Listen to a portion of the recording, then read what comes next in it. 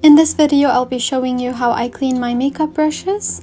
I'm gonna be using 3 different ways. The first one is gonna be regular soap, preferably with no fragrance, because it's much better to have no fragrance, whether it's makeup, skincare, body wash, anything that has fragrance is gonna trigger a lot of allergies.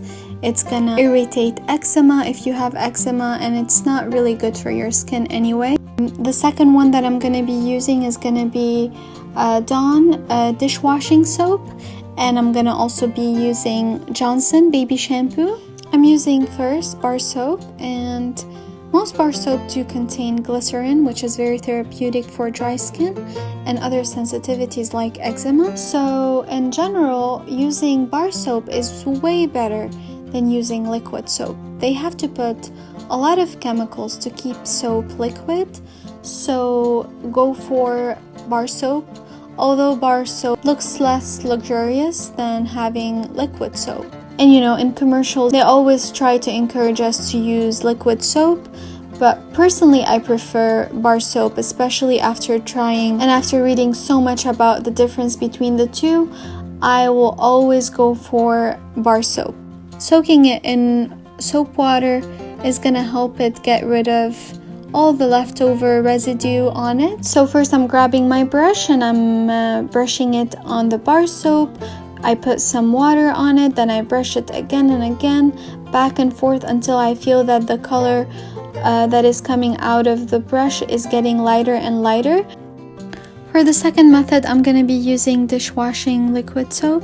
I take a small glass container and I fill it with a little bit of water, and I put some dishwashing soap, as much as you'd like, as much as necessary. And then I'm taking each brush and I'm brushing it against the bottom of the container and letting it soak. I don't know if soaking it in water for some time is gonna really get rid of everything I have on these brushes. I'm not sure how effective this method is going to be compared with brushing them against the soap versus against the bottom of the container and just soaking it in dishwashing soap water. We'll see at the end. I can definitely see some of the makeup coming out, but how much of the makeup is coming out, we will see. I'm letting them soak for a little bit. I'm checking them and it doesn't seem that a lot of the makeup is coming out. I'm adding some more dishwashing soap and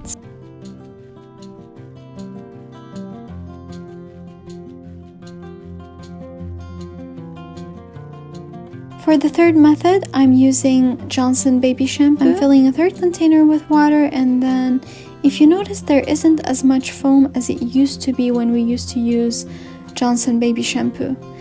In the past, it used to contain a lot of sulfate. They no longer have sulfate in that shampoo, which is a very good idea. Sulfate is in charge of creating the foaming effect, and subconsciously we think that the more foam, the cleaner. But it's not really the case. Foam tends to be drying, and sulfate is not a good ingredient for either our face or our skin in general. So the less foam you use in your products, the better your skin is and the happier it'll be. What it's doing for our skin is just drying it from all the moisturizing elements in the skin. And sulfate is the element that creates the foam on products. So subconsciously we always feel that whenever I see a lot of foam, this is what's cleansing the product that I'm trying to clean, but not necessarily. I'm also adding a silicone mask applicator as well as a beauty blender attached to a stick, and we'll see how effective this is going to be soaking them in the shampoo water. But you know, the same idea like using dishwashing soap, they're getting soaked. They're not really getting brushed on the actual soap, then soaking them. So in my opinion, brushing them on the soap is going to be the most effective. Next, I'm using a silicone pad for cleaning makeup brushes, and I'm placing it under running water. There are other options for these silicone pads. You can get a flat one where you can set it at the bottom of the sink or on the counter where you can actually brush it without having to hold it in your hands, but it's all up to you. In this case, I'm using the one that I need to hold in my hand.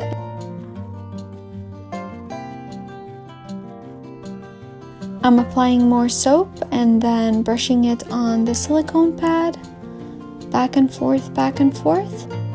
When I feel that it has enough soap, then I'm placing it under running water and then brushing it again on the silicone pad.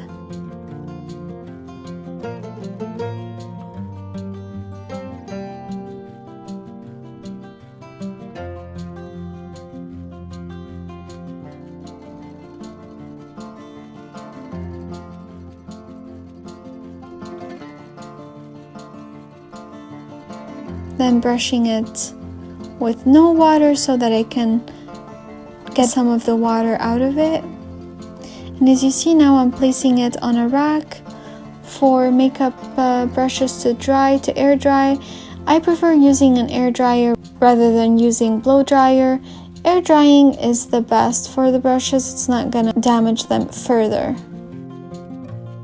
The washing process in itself is going to be kind of damaging to the brushes, but this is the best way for us to use these brushes, because if we don't have very clean brushes and we're using them on our face, it's going to cause you more breakout and other types of skin problems.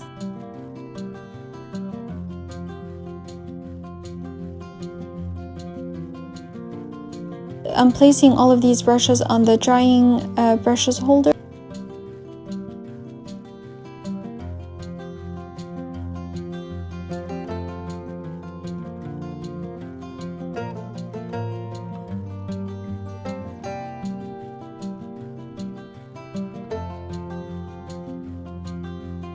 If you don't want to keep the water running, you can just fill up a container of water and soak them again, and then soak them one last time after you soak them in water to make sure that all of the soap has come out of these brushes and there's nothing else left on the brushes.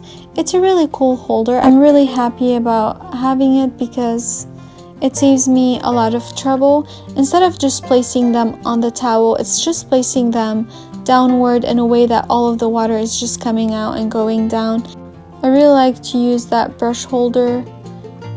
It's a very easy and effective way to dry brushes rather than just placing them horizontally on some towels to dry, because eventually these towels are gonna get wet and they might be a little messy, but towels are still a good way to dry these brushes as well.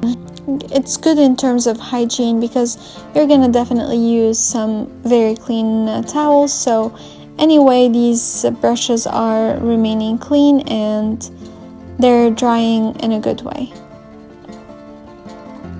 The beauty blender tends to be a little tricky because to get to the inner parts where all of the dirt has accumulated from absorbing foundation or absorbing concealer and powder, you're gonna have to rinse it a few times and brush it against the soap a few times, and then trying to get the water out of it until you find that there's no dark color coming out of it, and then you feel that it looks clean, then you can stop.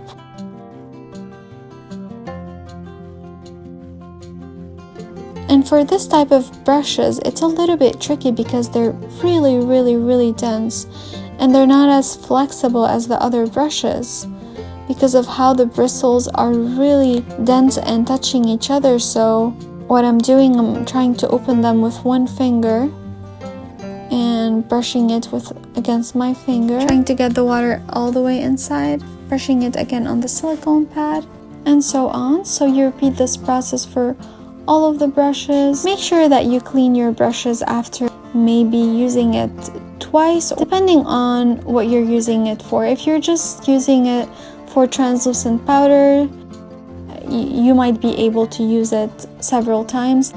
But if you're using it for lipstick or if you're using it for eyeshadow, you're gonna need to clean it after the use. You cannot use the lipstick brush or the eyeshadow brush twice. You're gonna have to clean it before you can use it, and this way you're gonna prevent any further skin problems. What's giving me a hard time here is trying to get that blue lipstick off of the brushes.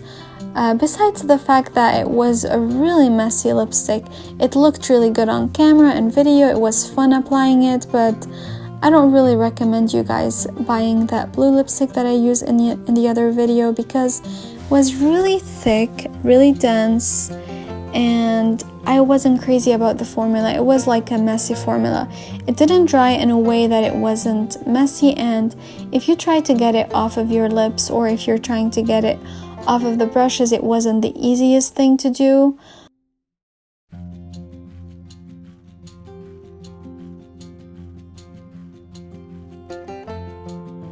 In regards to using the Johnson baby shampoo as well as the dishwashing soap, I didn't really clean all the way just by soaking it with the Johnson baby shampoo or the dishwashing liquid soap. I had to wash them again using bar soap to clean them completely.